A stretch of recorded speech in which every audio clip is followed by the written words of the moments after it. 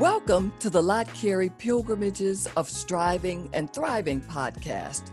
I'm Reverend Dr. Jacqueline Madison McQuarrie, pastor of the First Baptist Church of New Market in Piscataway, New Jersey, and learning coordinator for Pilgrimages of Striving and Thriving. The Pilgrimages of Striving and Thriving weekly podcast grows from a multi-year journey among pastors committed to flourishing in ministry. This is a project of the Lott Carey Foreign Mission Society and is made possible through the generous support from the Lilly Endowment. Learn more about Lott Carey and how it helps churches to extend the Christian witness throughout the world at lottcarey.org. That's LOTTCAREY.org. Join us for weekly conversations with pastoral thought leaders who share wisdom from the Black church for the whole church. Let's join Reverend Dr. David Emmanuel Goatley, Associate Dean for Vocational Formation and Christian Witness at Duke Divinity School, and the Project Director for Lott Carey's Pilgrimages of Striving and Thriving.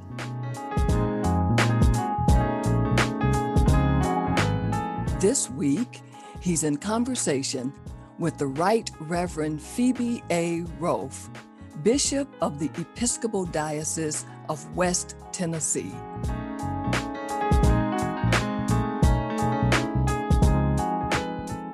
We're thrilled to welcome to this conversation today the Right Reverend Phoebe A. Roaf.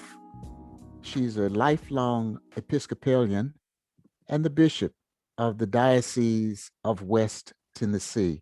Thank you, Bishop Roaf, for sharing in conversation with us today. It is wonderful to be with you, and to hopefully this will be a great conversation where we'll both learn a little bit more about what it means to thrive and flourish in ministry. Wonderful. Well, for a little over a couple of years, we've been a part of a journey that we call Pilgrimages of Striving and Thriving. Mm-hmm. And we've had more than 50 pastors working on the idea of flourishing in ministry. So we've pretty much rejected the idea that you can just drag and drop something that someone else is doing somewhere else to flourish in ministry. And one idea of our framing our conversation is to say that flourishing ministry can be understood similar to a tree, where sometimes there are leaves, sometimes there are blossoms, sometimes the leaves are falling away, and sometimes there are no leaves, there's only branches left. But still that tree can be healthy and thriving. So while that's one way to imagine flourishing, can you describe for us a way you think about flourishing, or what flourishing in ministry might look like to you? Yeah, it's a great concept. What does it mean to flourish? And I think my older middle-aged self probably has a different answer than what my younger self would have had, Dr. Goatley. I think my younger self would have probably envisioned a situation where everything was just going smoothly, running on all cylinders, no bumps, no hurdles. But now, in this phase of my vocation and my life, I think flourishing is making the most and doing God's will, regardless of the external circumstances that you may find yourself in, and to not be surprised that there will be bumps in the road. That's just an inevitable part of life. We love the beautiful rosebud, right? And sometimes when we're holding a rose and we get pricked by that thorn, we're not surprised because we expect it, but then in our lives, when we hit the thorns of life, we can be a little surprised. So not to be surprised or deterred or to think that you're doing something wrong when obstacles appear, because sometimes if you're doing the Lord's work, if we're doing as the former Representative John Lewis, may his soul rest in peace, said, if we're getting into good trouble, then the water is going to get stirred. And that could be precisely why the Lord has put you in that position to stir that pot a little bit. So I guess I would say, in summary, that maybe some of the stuff that I learned from family systems classes when I was in seminary to be that non anxious presence, regardless of the circumstances of your context, is part of what it means to thrive in ministry. We've been talking and thinking about something we call a formula for flourishing. Mm-hmm. And roughly, it holds that if a pastor's leadership capacity plus the service context Mm-hmm. yields ministry content, Mm-hmm. there's a higher probability for flourishing. Because, Mm-hmm. as you mentioned earlier, we do not assume that every round goes higher and higher, Correct. but that there's a intertextuality between Mm-hmm. capacity and context and content. Yes. Can you talk to us some Mm-hmm. about how context of Mm-hmm. service Mm-hmm. has informed your content of Mm-hmm. ministry? Oh, yeah. So much of life is contextual. So I have served as an Episcopal priest and now bishop in historically Black Episcopal congregations and predominantly white Episcopal congregations. And I find myself now as the bishop of a diocese that is, probably 90+% white. So, yes, context is so important. The sorts of words that I might use to describe something when I was serving a historically Black congregation in Richmond, Virginia, I have to choose my words much more carefully now that I am in a predominantly white context, because culturally there's just a different understanding of things, right? And so there's a lot more explaining that I have to do in a white context than I do when I'm around mostly people of color. Um, and I can't make as many assumptions or take as many shortcuts. It really requires a lot more intentionality. You talked about uh, intentionality, Mhm. and I'd like you to say a word about intentionality in relationship to authenticity, because you Mm, talked about having to use discernment in in yes, in language and assumptions. People have different perspectives about yes. intentionality in language and authenticity in language. What do you think about that? I am an African American woman in a role in a chair that has historically been reserved for white men, um, and that's a whole nother right. That's a whole nother podcast in and of itself. But yes, one of the main strengths, I believe, not just of ordained folk, but of all of us in leadership, is our authenticity. And that just comes from the Bible, right? Let your yes be yes and your no be no. So I want to be clear that even when I am having to parse my words, as it were, I'm still authentically Phoebe. Because at the end of the day, it's about relationship. And if people feel that I'm putting on a front or pretending to be something that I'm not, there's less of a chance of us really developing true relationship. In fact, I would even say authentic relationship, right? You can't have an authentic relationship if you're not being authentically who you are. And as I look back on my journey, so many times I have only seen the Lord's hand in hindsight, right? In retrospective. But when I'm in the middle of it, I don't really know. Lord, why am I here? Why are you placing me in this position? Why have you given me these experiences? When I go back and look over the course of my life, the Lord has prepared me for this call because of my past educational and professional experiences way before ordination. You see, I went to seminary in my 40s. This was actually a third career for me. I spent a number of years working as a public policy analyst with government and nonprofit organizations. And then I went to law school, and I was a practicing attorney when I began the discernment process in the Diocese of Louisiana when I was living in New Orleans in the mid to late 1990s. So I had done a whole lot of other things before I went to seminary. And it was all of those experiences that the Lord has utilized in my current role.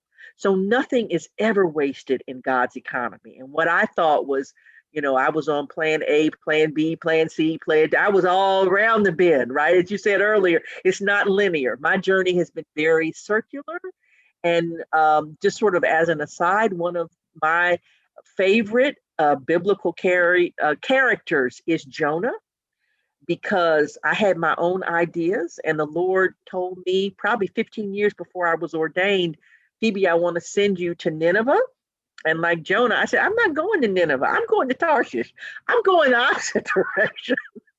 So it took me 15 years to even hear God's calling or accept God's calling. I shouldn't say hear it, because other folks had been telling me to accept God's calling on my life as an ordained person.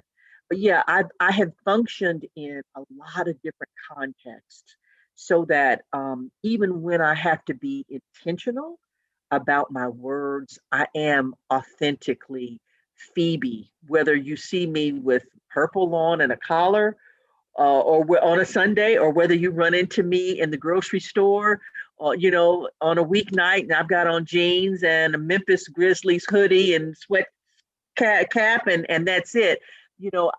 What you see is kind of what you get with me. I really appreciate your talking about that you are authentically Phoebe. That's whether right. You're in your clerical garb or whether you're in your late night shopping garb. You've talked about Jesus. Think about Jesus. I mean, the master communicator. Would anybody question that Jesus's use of those examples in parables was happenstance? It wasn't. Jesus was intentional about the examples that he chose because he wanted things that everyday folk could relate to. That's why he talked about, planting and fishing and watering. He talked about things that we all understood. That wasn't by happenstance. A word to our listeners. Lott Carey's Pilgrimages of Striving and Thriving podcast is funded by the Lilly Endowment through its Thriving in Ministry initiative. We'll be right back with more from the interview.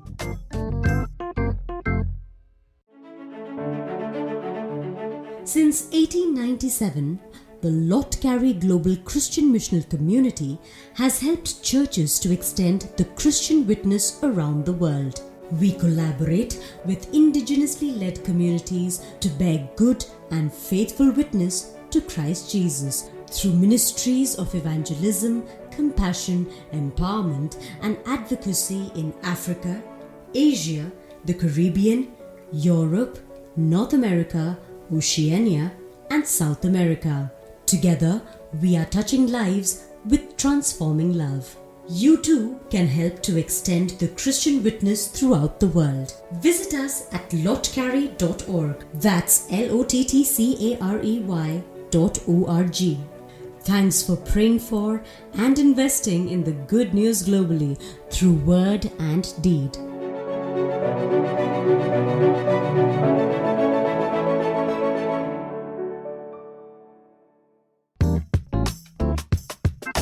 Welcome back to the Lott Carey podcast, Pilgrimages of Striving and Thriving. I'm Reverend Dr. Jacqueline Madison McQuarrie, the Learning Coordinator of Lott Carey's Thriving in Ministry program. Each week in this podcast, my colleague, Reverend Dr. David Emmanuel Goatley, interviews a prominent Black pastoral leader to gain insight for flourishing in ministry. Now, back to more of his interview with the Right Reverend Phoebe A. Roaf, Bishop of the Episcopal Diocese of West Tennessee. can you say a word about capacity?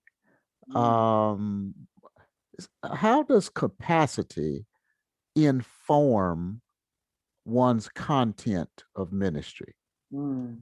Yeah, so I'm an oldest child. I'm a very type A personality. And I think early in my life, certainly my first two vocations, it was very much about me wanting to get the tools in my toolkit in advance that would allow me to thrive, to succeed, to flourish. So with public policy and law, it was very much I saw myself as getting those tools, equipping myself to be proficient. And one of the big stumbling blocks for me as I perceived this call to ordination was that I was well aware, Dr. Goatley, that I lacked many tools in my toolkit to be a good pastor. You know, I'm blessed to have had a wonderful relationship with both the Episcopal priests from my mother's tradition and the Baptist pastors from my father's missionary Baptist church tradition. And I was raised in both churches as my role models. So I was well aware of what it took to be an effective pastor. And I couldn't see how I was going to bridge that gap. And I entered the discernment process even thinking that I had to somehow get the tools, the skills up front. And it's been very much me relinquishing that former model and trusting that if I made myself available and open, that the Lord would give me what I needed when I needed it, but that I was not going to be able to rely upon my own resources in the same way that I had, certainly as an attorney. And so that speaks to me of the capacity to be humble, to acknowledge what my strengths are and what I'm lacking, and to be able to say, I don't have the answers to every question. I don't know it all. There's a great deal that I still have to learn. So be willing to accept feedback from others. I am a lifelong learner. And I would say emotional intelligence or self awareness is another aspect of capacity that I have really been working on, probably with a lot of intentionality since 2014. So maybe the past 7 years now. And I don't think I would be where I am today if I had not had the benefit of a couple of great spiritual directors and great therapists, so that I am working through my own stuff. You know, I can go 0 to 60 like the best of them. It's not pretty, right? But when I'm really understanding what triggers me and how my buttons get pushed, then I don't have to go 0 to 60. Then I really can stand within myself as I'm hearing difficult things about decisions that I've made or things that I've chosen. And I can accept that, not in a posture of defensiveness or anger, but to really be fully present and to say, you know, Lord, what do I need to learn from this interaction, right? There is something that I can take from this. A lack of emotional intelligence trips up a lot of Mm-hmm. pastoral leaders. And can you talk to us just a little more about your understanding of emotional intelligence and how you have gone about growing in that Mm-hmm. aspect as a leader?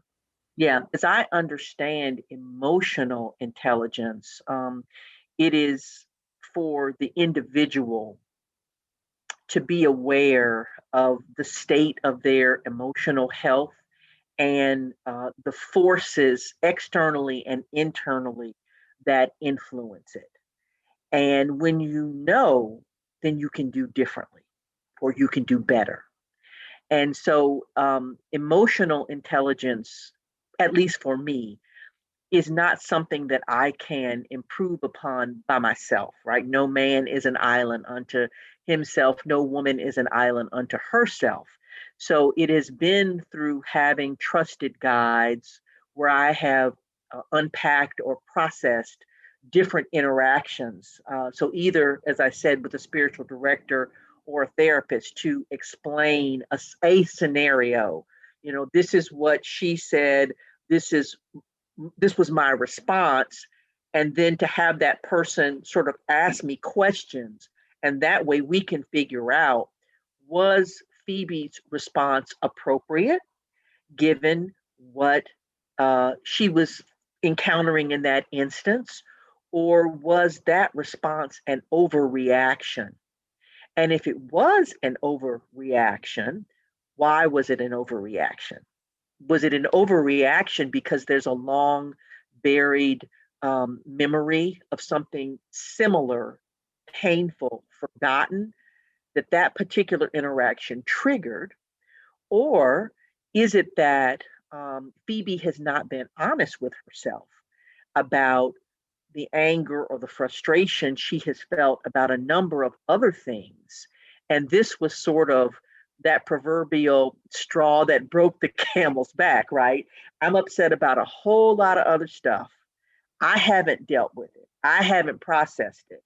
And then you come to me with something relatively minor. And in that instant, I'm just going to like emotionally throw up, right? All over you. And it really doesn't have anything to do with you. It's because I have not been tending to myself.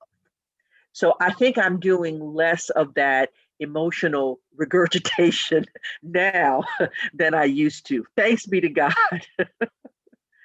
That was quite a vivid use of language there. I'm going Yeah. to remember that one for a while. Uh, you've had to negotiate, I'm assuming, some things, but can you say a Mm-hmm. word about flourishing Mm-hmm. as a woman in a system that Mm-hmm. historically has been shaped by and dominated by men? Yeah. And in my particular denomination, white men. So again, growing up as a girl in Arkansas, I didn't really see a lot of people looked like me, who were ordained, and neither tradition was really doing ordaining of women in the early 1970s, the Episcopal Church or the Missionary Baptist Church. And so, not seeing anybody who looked like me behind the altar, it never even occurred to me, right, that I could be ordained. And so, as I began to think about and pray about whether this was God's calling on my life years later, I mean, I figured, and this was something, maybe some advice that wonderful mentors gave me, that if God was calling me to it, then God was calling me as I am, right? That I didn't need to necessarily change, that my particular lenses, right, my approach to life, the way I see the world would be an important part of the conversation to have. So if I was going to do it and to just be me. And it was never my goal to be a bishop. I've just been authentically me. And so when it came time that some folks began reaching out to me to say, we think you have the skills and the gifts to be a bishop, that was a whole nother period of prayer and discernment and talking with folks that I'm close to find out why. Why are you saying this? Is this something that you're saying to a lot of people, or what is it about me that makes you think this is something that I might be able to do? What gifts could I bring to the church that would be different? And what really convinced me to do it was when Bishop Jennifer Baskerville Burroughs won the election in the Diocese of Indianapolis, maybe 4 years ago now. She was the first Black woman to be a diocesan bishop. And, from one perspective, bishops are bishops. But from another perspective, when you're in the number 2 chair as a bishop suffragan or an assisting bishop, that is different than being in the number 1 chair as a diocesan bishop. So if Jennifer had not won that election, I never would have even put my name in the hat for any bishop's election, because I would have thought it was an exercise in futility. So I just think that the reason that I won this election in the Diocese of West Tennessee, headquartered in the city where Dr. King was assassinated, April 4th of 1968, is nothing but the Lord. I'm not really sure why the Lord has brought me here, but I do believe that this is God's plan for my life. And again, relinquishing the need to want to understand the full ramifications of that in advance, but to just say, let me just be faithful and go and be open and vulnerable, and figure out what it means to be a leader. So even though I am a Black woman, I walk into the room now with real power and authority. And I have to figure out, what does that look like for me? How am I going to wield that power and that authority in ways that may be similar to my predecessors, all of whom are white men, or that may look different from my predecessors? And then being comfortable with the pushback that I have gotten and I will get for living into that role in a different way. And let me say that I think the majority of my folks are very happy that I am, um, very honest about the fact that I don't have all the answers, and that I am collaborative, and I am looking to make room at the table, and I'm going to ask hard questions, and I want us to get real. The vast majority of folks are really happy with that. And some folks are uncomfortable with that, right? And some folks who were excited about my election in theory, when I walk into that space as an African American woman, and I'm 5'10", I'm not a small person, right? I'm a large physical presence. For me to be in that room with the mitre and the crozier and the ring and the pectoral cross, I think for some of them, it can evoke things even that they did not anticipate in advance. So all of us are learning and adjusting to this new normal. What brings you the most joy as a Mm. pastoral leader? Oh, it is such a privilege and a blessing. Oftentimes when a baby is born and the family calls me, I'm the only person who's not biologically related in that room to give blessings to the baby. And the reverse is true. Oftentimes when someone is dying, in the process of dying, I am the only person in the room who is not biologically related, administering last rites. And it is a privilege if you have never stood with someone as they have taken their last breath. It's a very holy, sacred space. The line is very thin between this world and the next. So absolutely, it's that pastoral presence that drew me to this ministry. In my current role, though, I am having to see my administrative gifts as something that is also needed and necessary. So much of what I do now is administrative, and so I'm leaning into being thankful for administrative opportunities as well as the pastoral ones. What is the best advice that you have received about pastoral leadership? Two parts. One is to be myself, that if the people elected me and God has given me a particular set of gifts and worldview, the last thing that I need to do is to try to be somebody other than who I am, and to trust in my instincts. Um, the other thing that I have been told, and it is very true, is that in my current role, I need to view it as a marathon and not a sprint. That when you are working either with a very old institution or a large institution, if you're talking about an entire diocese, that is kind of like an ocean liner, and turning that thing is just, it takes a lot. It is not a speedboat. I'm not on a water ski. I can't flip around in the air and all of that sort of stuff. So I have to really take the, really 10, 15, 20-year perspective, as opposed to the 3-year, 5-year, 7-year perspective that I had pastoring a congregation. That large, old systems don't change overnight, and maybe that's a good thing, right? But that again, about that emotional intelligence, not to get frustrated when you don't see things in year 1, year 2, year 3, year 5. Like you're still laying that groundwork. So to be myself and to take the long view are two great pieces of advice that I have received. We have aspiring clergy and we have practicing clergy throughout the country and around the world who listen to this podcast. And what advice would you like to offer?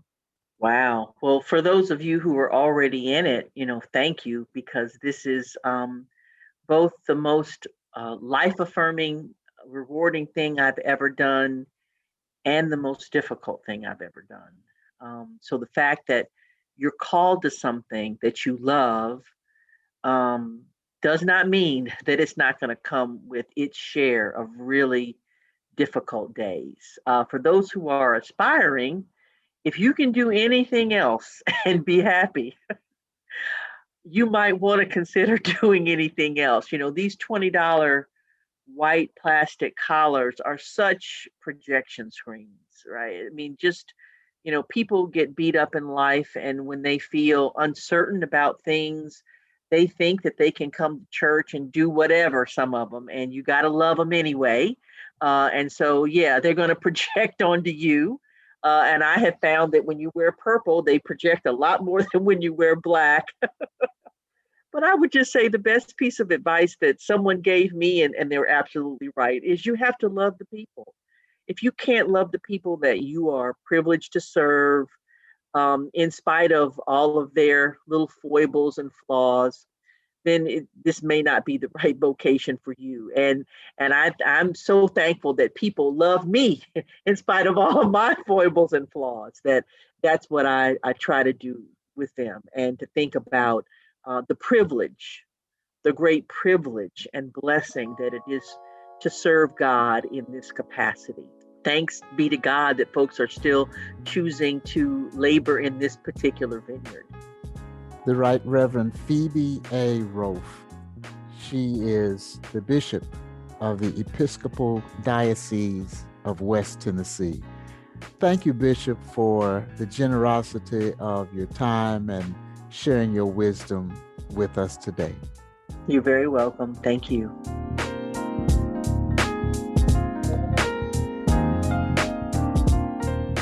Thank you for joining us today for Pilgrimages of Striving and Thriving, a weekly podcast from Lott Carey as we listen in on conversations with prominent pastoral thought leaders. Join us next week for a conversation with a new guest and fresh insights. Wisdom from the Black Church for the whole church. I'm Reverend Dr. Jacqueline Madison McQuarrie.